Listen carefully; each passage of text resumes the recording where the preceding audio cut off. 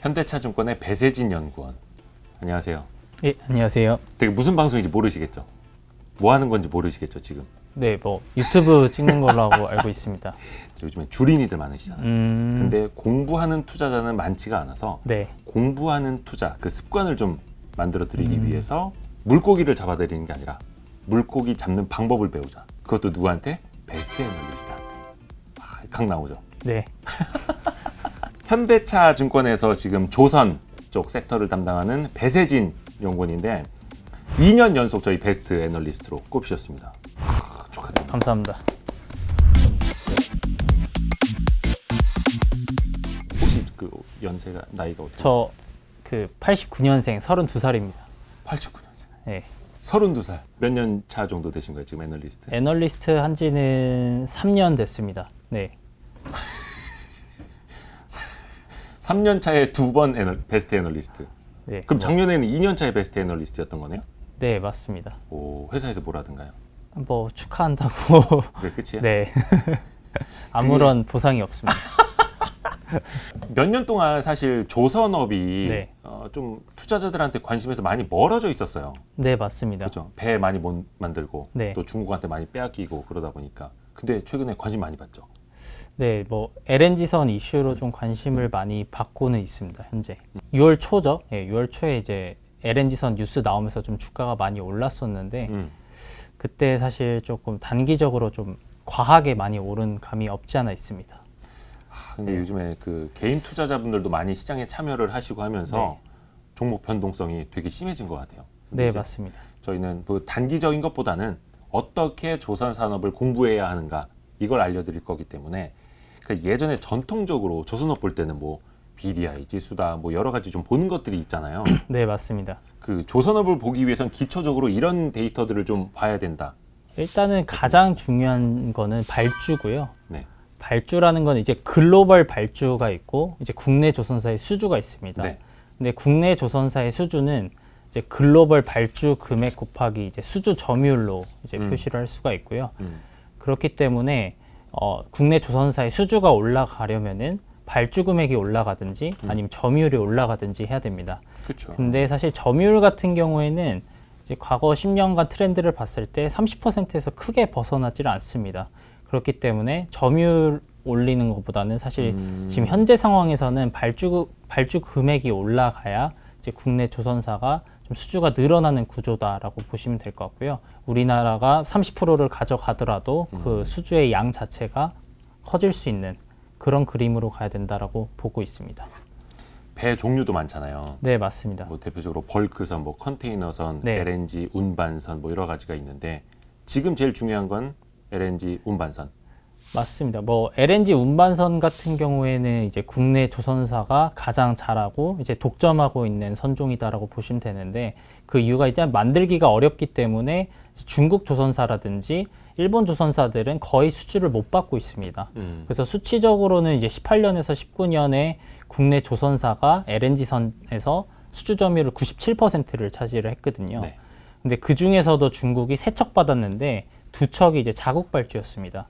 그 말은 즉슨 사실상 이제 해외 선주들한테 기술력을 전혀 이제 보이지 못하고 있는 상황이다라고 보시면 되고 사실상 이제 국내 조선사만 좀 인정받고 있는 상황이다라고 보시면 되는데 사실 저는 주가에 있어서는 이제 LNG선보다는 타 선종이 더 중요하다라고 보고 있습니다. 그 이유는 이제 LNG선 같은 경우 이미 시장의 기대감이 높고 앞으로 뭐 170척 나올 거다라는 기대감이 이미 형성이 되어 있기 때문에 주가에 어느 정도 녹아 있는 상황이다라고 보시면 될 것 같고요. 반면에 이제 탱커라든지 컨테이너선은 지금 시장의 기대감이 거의 없습니다. 그렇기 때문에 오히려 탱커라든지 컨테이너선 발주가 나오게 되면은 이게 서프라이즈로 작용할 가능성이 높기 때문에 오히려 그쪽 LNG선보다는 비LNG선 발주가 터져줘야 주가 측면에서는 더욱더 좋은 상황이다. 라고 이해를 하시면 될 것 같습니다. 다들 LNG만 쳐다보고 있고 네, LNG선 맞습니다. 또 수주 얼마나 이어지나 또 뭐 한 100척 터진다고 했더니 그 다음은 또 몇 개 터질까 이거 보고 네, 있는데 맞습니다. LNG선 말고 옛날에 하다가 다 뭐 중국이나 이런 데 뺏겼던 것들 네, 뭐 맞습니다. 탱커나 컨테이너선 이런 것들이 얼마나 다시 또 네, 돌아오는지 네, 맞습니다. 그러니까 사실상 우리나라 조선업체들이 뭐 LNG선을 잘하기는 합니다만 LNG선만 잘해서 LNG선만 하는 건 또 아니잖아요. 뺏겨서 남은 게 이거지. 뭐 뺏겼다라기보다는 그냥 우리나라 조선사들이 하는 선종의 주력 선종이 이제 LNG선이라든지 네. 컨테이너선 중에서는 이제 대형 컨테이너선만 합니다. 작은 컨테이너선 같은 경우에는 상대적으로 기술 장벽이 좀 낮기 때문에 그런 것들은 이제 중국이랑 일본이 많이 가져간다라고 보시면 되겠고요. 이제 대형 컨테이너선 그리고 이제 탱커 쪽에서도 대형 탱커 쪽 이 세 개 선종이 좀 주력 선종이다라고 보시면 될 것 같고요. 탱커는 기름 싣고 다니는 거. 네, 탱커 같은 경우에는 이제 원유도 싣기도 하고요. 작은 탱커, PC선이라고 하는데 그런 것들은 석유 제품이라든지 액체 화학 제품을 싣는 선박이다라고 보시면 될 것 같습니다. 그 발주를 보기 위해서 혹은 네. 그 발주를 예측하기 위한 지표들도 있잖아요.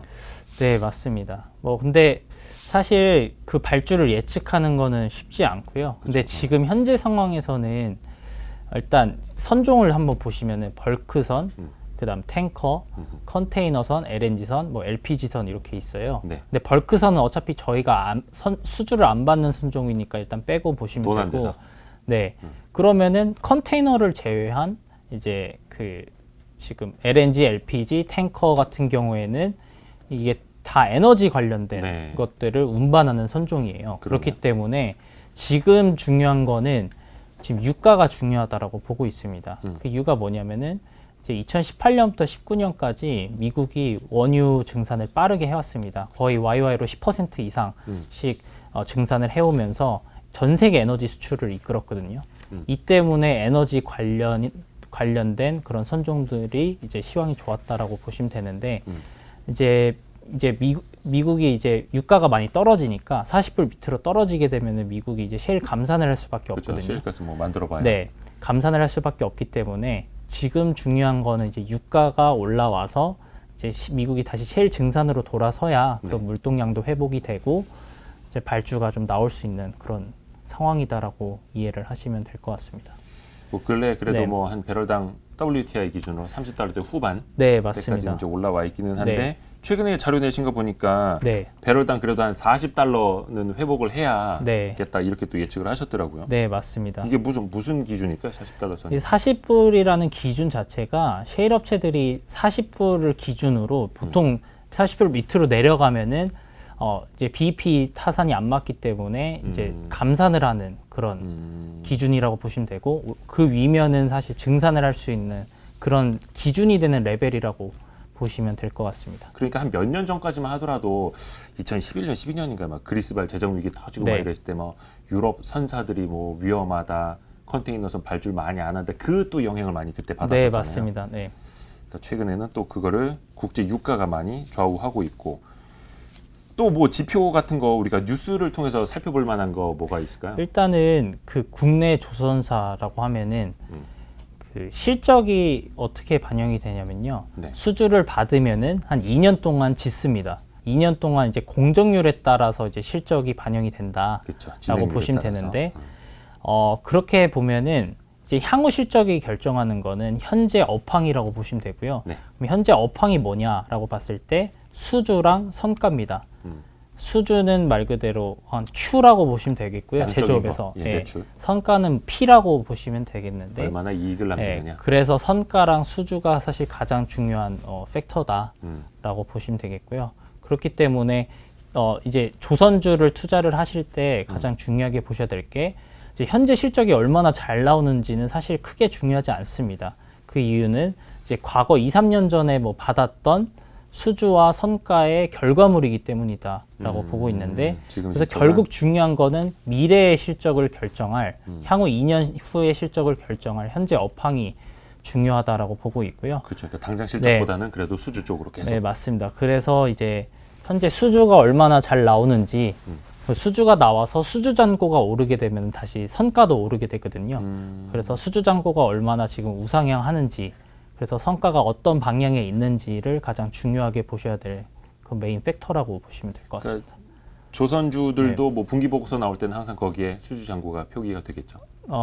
이게 나오는 데도 있고 안 나오는 데도 있습니다. 수주 잔고를 표기 안 하는 데도 있어요? 네, 뭐 물어보면은 알려주는데, 예. 네, 안 알려주는 데도 있습니다. 네.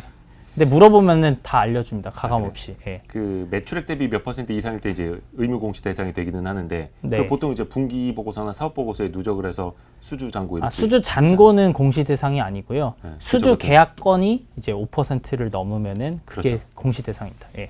단일 판매, 단일 공시 네, 계약건으로는 그렇게 되는데 네. 저는 그래서 웬만한 코스닥 회사들도 수주 네. 잔고는 이제 분기 보고서에 써주는데 대기업들이 그걸 안 하네. 네, 거의 써주는 편입니다. 네. 써야지. 안 쓰는 회사가 IR 제대로 못 하는 거지. 그쵸? 그게 그렇게 왜 또 쓰지 못하는 이유가 있는 거야? 트래킹할 수 있는 요인들을 좀 알려드리면 좋지 않을까. 일단은 월별로 클락슨에서 발주량이랑 음. 인도량 수주 잔고라는 데이터가 나오는데요. 엄청 비싸죠 그 데이터. 네, 비쌉니다. 그래서 그 일반 투자자들은 사실 구독을 하지 못하고 애널리스트들의 리포트를 통해서 아는 수밖에 없을 것 같습니다. 그럼 네. 이제 외인 기관보다 네. 항상 늦죠. 늦어도 네, 좀 한참 늦죠. 늦습니다. 네. 클락슨 그 리포트는 얼마예요? 클락슨 제가 데이터. 정확히 지금 기억은 안 나는데 네. 좀 비싼 걸로 알고 있습니다. 회사에서 내주니까. 네. 그 자료 몇 개 보니까 네. 클락슨 데이터 가끔 이제 요약해서 자료 몇 번 발간하시더라고요. 네, 맞습니다. 짧게 하고 짧게 있습니다. 네. 그래요. 그러니까 이거를 개인들이 보기에는 좀 쉽지가 않고. 그러면 그 데이터에는 어떻게 접근을 하는 게 현실적으로 제일 좋을까요? 현실적으로 리포트를 통해서 접근하는 수밖에 없고요.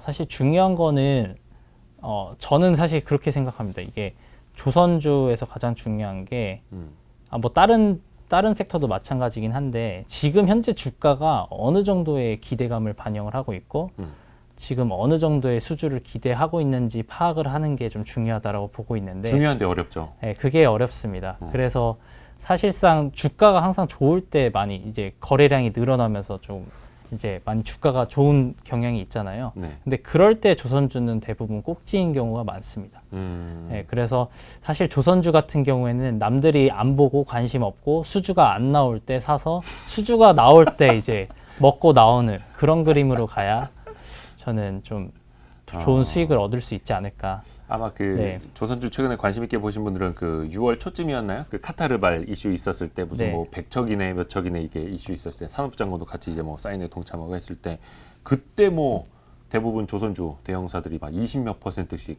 며칠 맞습니다. 연속 네. 막 이렇게 오르다가 또 바로 고꾸라지고 해서 되게 어려워요. 어렵습니다. 네.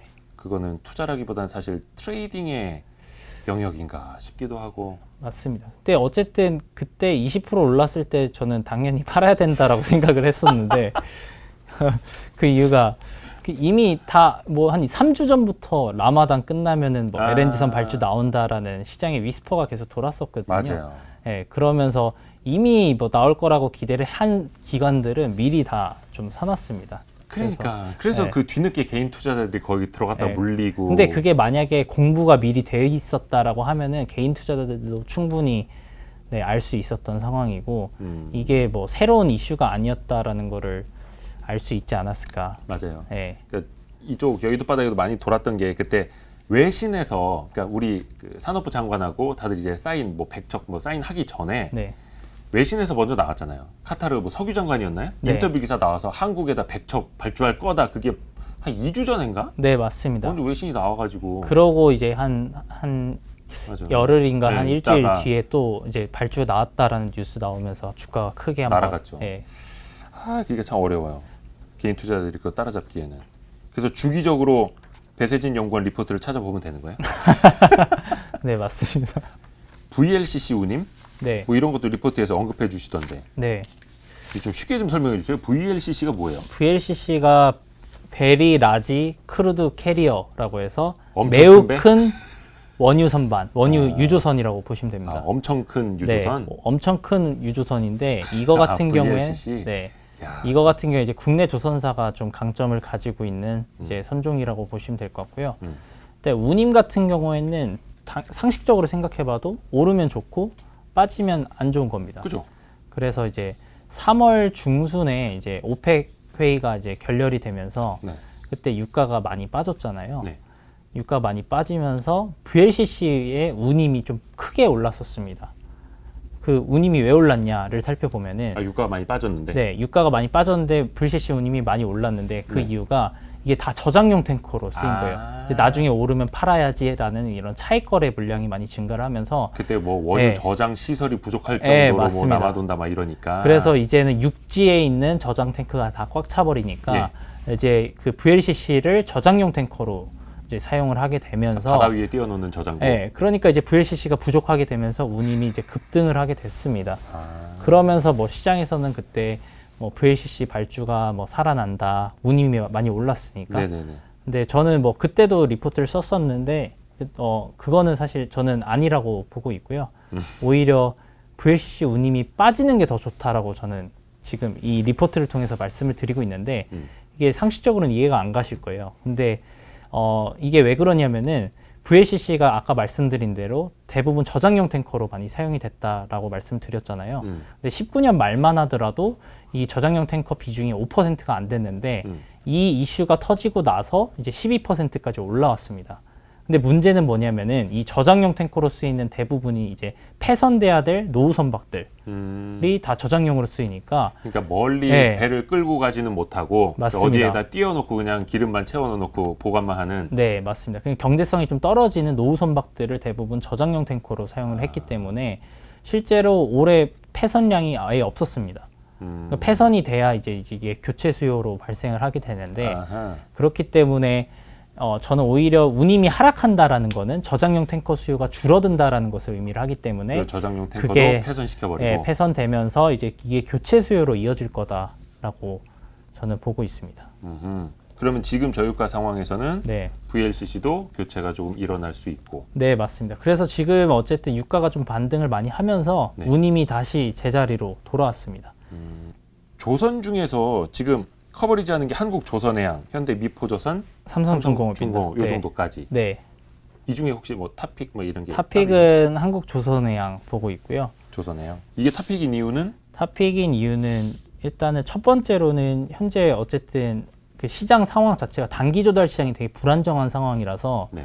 저는 이럴 때일수록 재무 구조가 우수한 그 종목으로 가져가야 된다라고 보고 있는데 한국조선해양 같은 경우에는 뭐 단기 순현금이라고 하는데 저는 이게 한 8천억 정도 됩니다. 그렇기 때문에 좀 재무적으로 우수한 점이 있고요. 단기요, 단기요. 단기요. 단기? 그냥 단기 단기 자금? 네, 단기 자금만 봤을 때 순현금이 한 8천억 정도 있다라고 보시면 돼서 재무 구조가 우수하다라는 점이 있고요. 두 번째로는 이제 얘네가 해양 발주 비중이 10%밖에 안 되기 때문에 수주 비중이 네. 상대적으로 좀 타격이 적다. 저유가에 대한 타격이 상대적으로 적은 회사다. 나머지는 뭐 해양 플랜트. 뭐 경쟁사 같은 경우에는 조금 해양 플랜트 비중이 좀 상대적으로 높기 때문에 상대적으로 타격을 더 받는다라고 보고 있습니다. 그 한국조선해양은 어느 쪽? 상선 비중이 많습니다. 상선이 한 상선. 90% 정도고요. 이제 해양 컨테이너선 같은 거. 네, 맞습니다. 해양 비중이 한 10% 정도라고 보시면 되겠고요. 근데 그걸 해양하고 상선 이렇게 나눠서. 네, 맞습니다. 그래서 지금 한국조선해양 같은 경우에는 이제 조선업 보실 때 밸류에이션 PBR로 보시면 되는데 한국조선해양은 이제 PBR 기준으로 0.6배 언더입니다.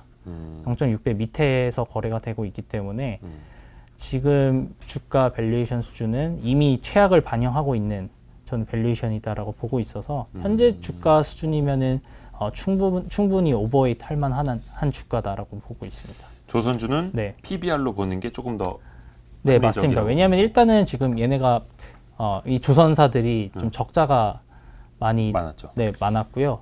거기다가 어닝스에 대한 변동성이 너무 크기 때문에 PR로 보는 건 좀 무리가 있습니다. 그렇죠. 네. 또 그것도 아까 말씀하셨지만 지금 나오는 실적들은 네, 2년 전 수주한 것들이고 하니까 네, 맞습니다. 네. 약간 조금 시세를 바로 따라가기에는 PER은 좀 무리가 있고 해서 PBR로 보자. 지금 그럼 공식적으로 쓰고 있는 종목들은 조선 3사까지예요? 네, 맞습니다. 네. 많진 않네. 네, 베스트인데 좋습니다. 더 좀 열심히 하셔야겠다. 네, 열심히 하겠습니다. 또 좀 조선주 공부할 때 어떤 거를 좀 같이 공부하시라 조언해 주실 만한 게 있을까요? 일단 조선주가 좀 어려운 것 중에 하나가 이제 에너지 산업과 연관이 되어 있어요. 예.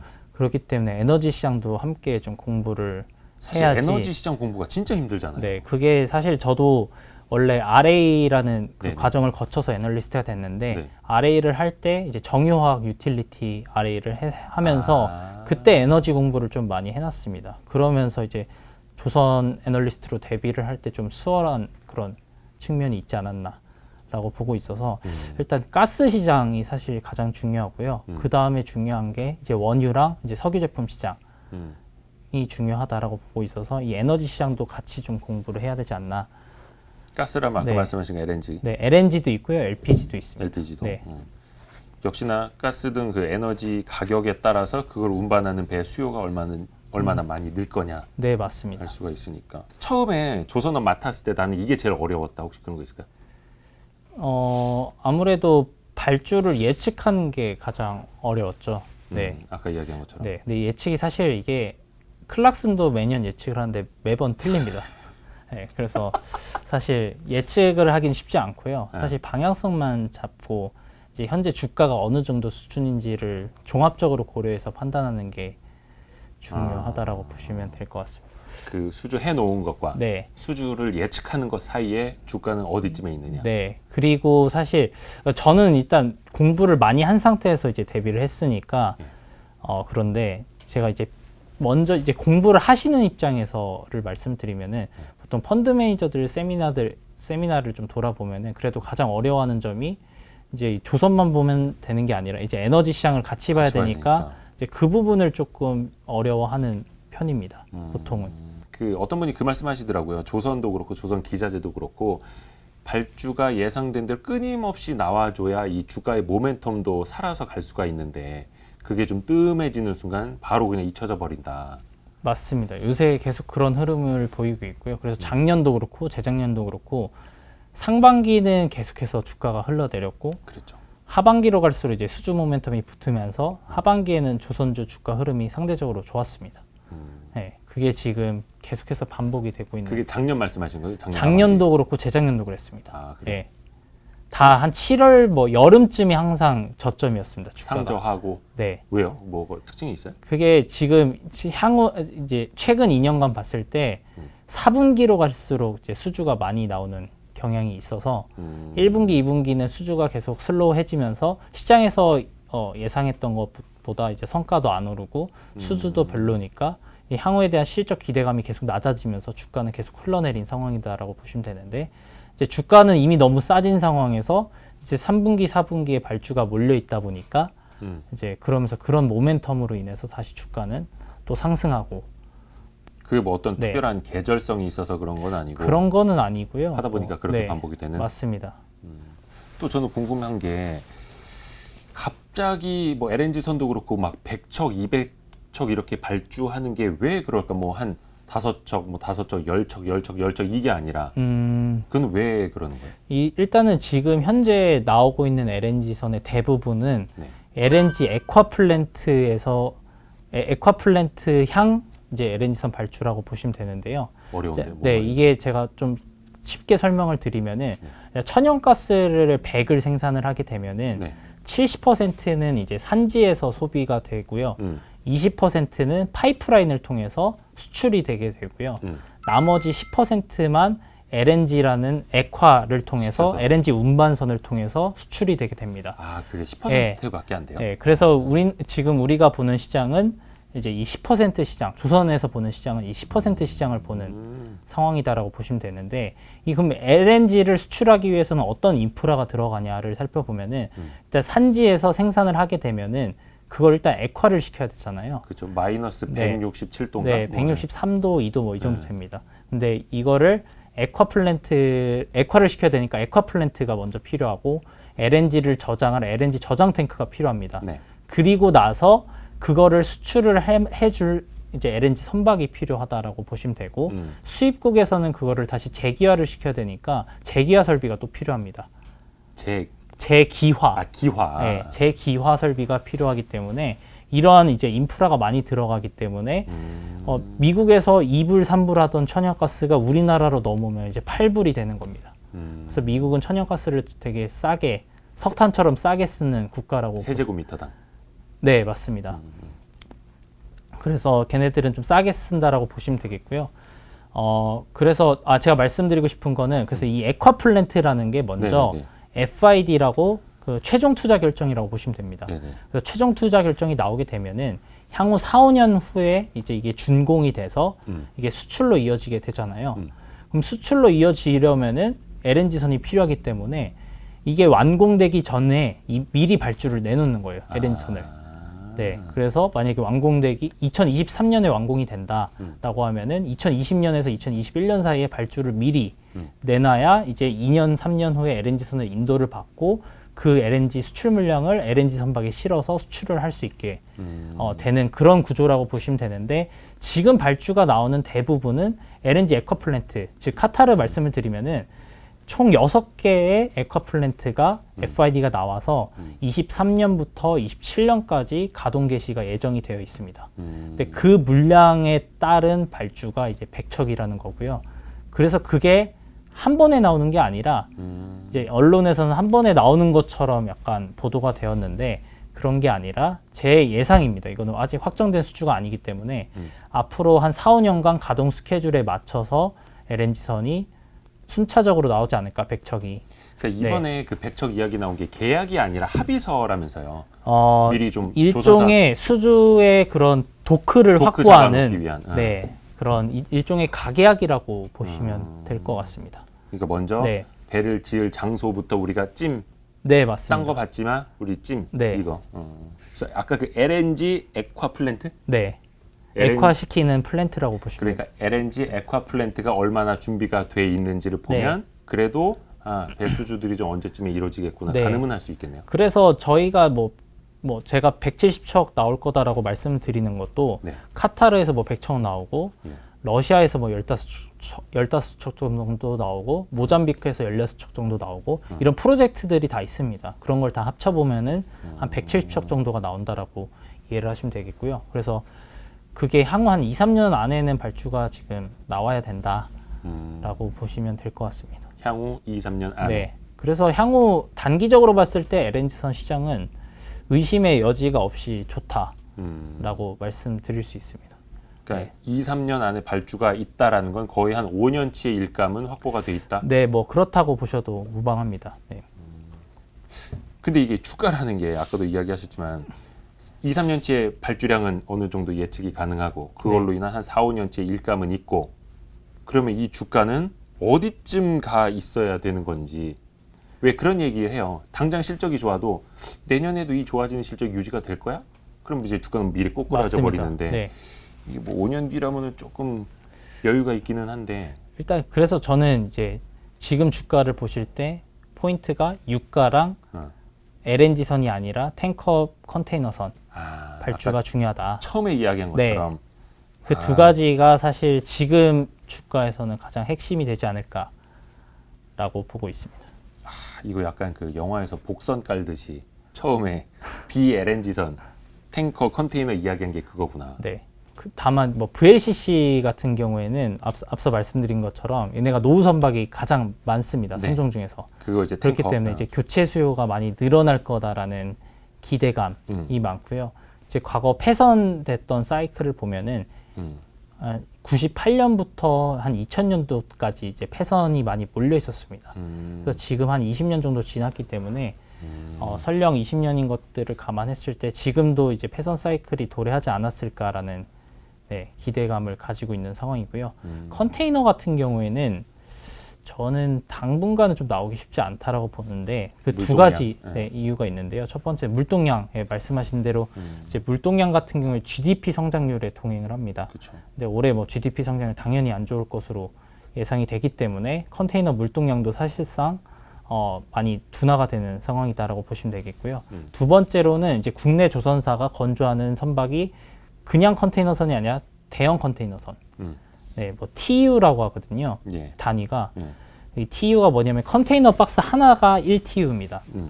그래서 막 예를 들어 15,000TU라고 하면은 한 선박이 15,000개를 실을 수 있는 캐파를 가지고 있다. 그 이제 트럭에 싣고 다니는 컨테이너선 네, 그거 맞습니다. 하나를 15,000개니까 맞습니다. 거의 뭐 상상이 안 될 정도의 배 크기. 보통은 그래서 대형 컨테이너선이라고 하면은 15,000TU급 이상의 컨테이너선을 대형 컨테이너선이라고 얘기를 하고요. 국내 조선사는 이런 대형 컨테이너선만 건조를 합니다. 근데 지금 대형 컨테이너선이 상당히 공급 과잉인 상황이라서 좀 당분간은 좀 쉽지 않을 거다라고 보고 있는데 그 뭐 수치적으로 간단히 말씀을 드리면은 올해 컨테이너선 공급량이 5% 정도 됩니다. 네.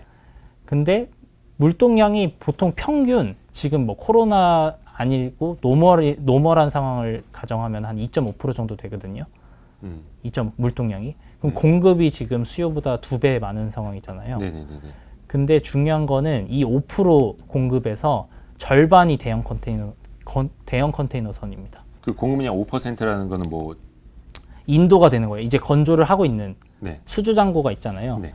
그럼 그거를 지금 건조를 하고 있는데 올해 인도가 될 물량이 전체 수주에서 그 컨테이너선 선봉량의 5%. 선봉량? 선봉량이라는 거는 이제 지금 현재 돌아다니고 있는 선대라고 보시면 되겠습니다. 전체 이제 세계에 있는 컨테이너선의 컨테이너선의 5%가 지금 올해 인도가 나온다. 그러니까 차로 따지면은 네. 100대 돌아다니는 차들이 있으면 네. 그 중에 신차가 5대가 네, 맞습니다. 새로 나온다. 네. 이렇게 좀 수준을 낮춰서 설명해 주세요. 네, 알겠습니다. 아무튼 그런 공급량이 5%인데 네. 수요가 한 2.5% 정도밖에 되지 않는다. 네, 그리고 이 공급에서도 절반이 대형 컨테이너선이기 때문에 대형 컨테이너선을 국한해서 봤을 때는 상당히 지금 공급 과잉인 상황이다. 선봉량 이건 저도 몰랐는데 하나 또 배웠다. 네. 이렇게 되면서 이제 주린이들이 지식을 쌓아가는 겁니다. 약간 이거는 잡학다식 개념으로 해외 주식 하시는 분들 중에 카니발 주식 좋아하시는 분들 많더라고요. 그게 네. 호화 유람선이라고 해야 되나? 네. 크루즈선 네. 그거 하는 여행 업체라면서요. 네. 근데 이제 그런 분들 있어요. 왜 우리나라에서는 그런 호화로운 뭐 요트라든지 아니면 그 타이타닉 호화 같은 그런 호화 유람선 이런 거 왜 못 만드냐? 그게 뭐 저희가 예전부터 70년대부터 전략적으로 이제 일본을 따라서 사실 조선업을 시작을 하게 됐는데 그렇게 하다 보니까 이제 상선 쪽에만 사실 집중을 하다 보니까 그렇게 좀 다양하게 유람선까지 그렇게 뻗쳐나가지는 못한 것 같습니다. 대부분 오늘 되게 덕분에 많이 배웠어요. 네. 사실 조선 쪽이 중요하기는 한데 뭔가 공부를 하자니 되게 재미는 없고 막 어렵고 맞습니다. 그런데 이제 이야기를 잘 들어봤고 현대차 증권에서 조선 섹터를 담당하고 있는 배세진 연구원 3년 차인데 그 중에 2년이 연속해서 베스트로 꼽힌 앞으로도 좀 저희가 기대를 많이 해보겠습니다. 네, 감사합니다. 저희가 좀 부르면 좀 나와주시고. 네, 알겠습니다. 고맙습니다. 네, 감사합니다.